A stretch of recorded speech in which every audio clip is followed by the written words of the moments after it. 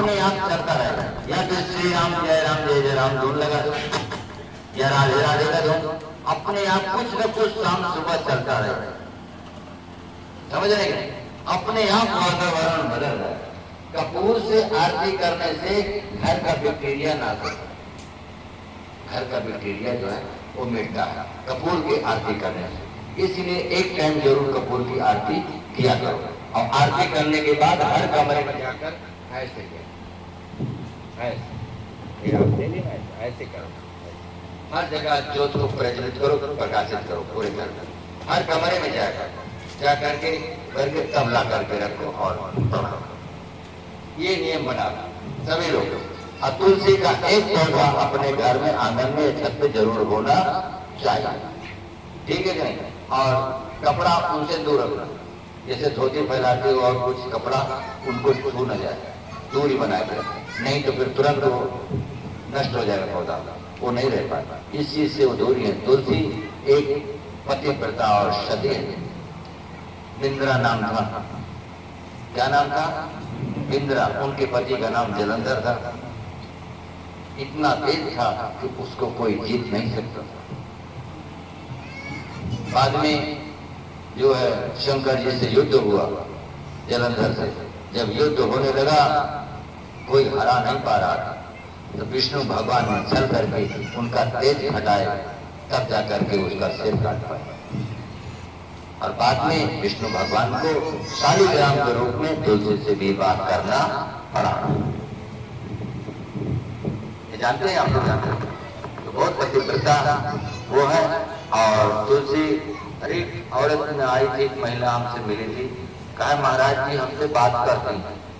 हम कहा हम बगल में चले जाते हैं तो कहते हैं हमें प्रणाम नहीं कर रही हो, चले जा रहे हो। कहा ऐसे बात करते हैं। अब आज तक जब उनको गोड़े गिर के हम किसी काम के लिए गए हैं, हमारा कोई काम ऐसा नहीं कि जो ना हो जाए। कहा हम उनको मत्था टेक के जाते हैं, फिर देखो। कहा जुकाम हो जाए, बुखार हो जाए कभी भी, तो कहते हमारा 2 पत्ता तोड़ के ले जा खिला देती कुछ। आई थी यही की है, गुजरात की तरफ गई आई थी। इतना बड़ी कृपा है तुलसी, हम उन्हीं को इधर से मानते, हमसे बात करती, नहा के तब वो जल चढ़ाती, आस पास कोई कपड़ा और अपना नहीं फैला, दूरी रखती, बहुत पवित्र रख रही है। बढ़िया मिट्टी से चौतरा बनाया है, ईटा का जोड़ के फर्स्ट क्लास, उसी पर कमला रखी उसको सजाया, पूजा करती, रोज दिया जलाती। फिर देखो कैसे पवित्रता धर्मात्मा तुम्हारे। तो ऐसे महिलाएं जो है वो चाहे ना अपने घर की उन्नति करके बहुत ऊंचाई पर ले जा सकते, और महिलाएं चाहे पुरुष जितना मर्जी कमाए घर बर्बाद हो जाएगा, सब कुछ तुम्हारे हाथ में है। इसीलिए कहा गया है कि नारी लक्ष्मी है, लक्ष्मी का रूप, वो चाहे तो सब कुछ बना। बस एक चीज सोच लेना कि हमारे मेहनत की कमाई का पैसा फिजूल खर्चा ना हो, उसे बचाओ कि 4 पैसा मेरे पास रहेगा, कल को किसी को दुख तकलीफ भगवान न करे हो जाए तो किसी के सामने हाथ न फैलाना। थोड़ा हम नहीं 1000 वाली साड़ी पहनेंगे, 500 वाली पहनेंगे, हमारा पति हमसे पूछे तो दुनिया को नहीं दिखाना। बस ठीक है ना? बस यही सोच कर चलो, देखो तुम्हारे घर का कैसे मंगलमय हो जाएगा।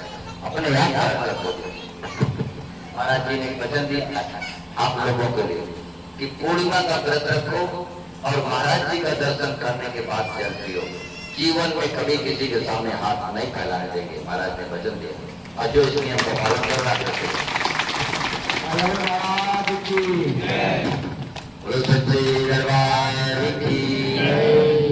महाराज की। तमाम ऐसे काम है जो घर की शुद्धता, ये सब कुछ है। घर की शुद्धता, पवित्रता, सबको सम्मान, छोटे बड़े को देना, इससे जो है घर की उन्नति होगी। यही घर साधु न पूजिए, घर साधु न पूजिए, प्रभु की सेवा ना, प्रभु की सेवा ना। यही घर मर घट सार थे, कई घर मर घट सार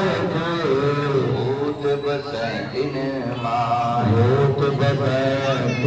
माँ, जिस घर में भगवान की पूजा नहीं होती, साधु संतों का सम्मान नहीं होता, उस घर में भूत ही तांडव करते हैं, भूत प्रेत का ही बात होता है। जिस घर में 8 बजे तक सो रहे हैं लोग, फिर कहाँ हुई? गरीबी ही आएगी, गरीबी कोई बुला रहे। दीपावली आएगी, टूटा बर्तन, टूटी खाद, टूटा सामान घर में नहीं रखना, उसे बाहर कर, समझ रहे कि नहीं? इस पे सबसे कलयुग का बात है। जो खटिया टूट हुए बाद लटकत हुए, या तो वो बाद काट दो या तो वो खटिया बदल दो। टूटा बर्तन अगर घर में रखोगे कभी बरकत नहीं होगी। जो टूट गया उसको घर के बाहर करो या बेच दो, कबाड़ बन। समझ रहे कि नहीं? हम सुने भी हैं संतों के मुख से और शास्त्र में भी, और कई लोगों के यहाँ हमने बड़े लोगों को यहाँ देखा भी कि दीपावली के समय जितने टूटे सामान को बाहर करो, न ले तो कोई बात नहीं, लेकिन टूटने टूटे थाली में खाना नहीं खाना, सस्ते वाली रहे लेकिन नहीं ले लो कोई बात नहीं। टूटे गिलास में पानी नहीं पीना, टूटे कप में चाय नहीं पीना, समझ रहे नहीं? हाँ, दोष लगता है और गरीबी अपने आप आएगी।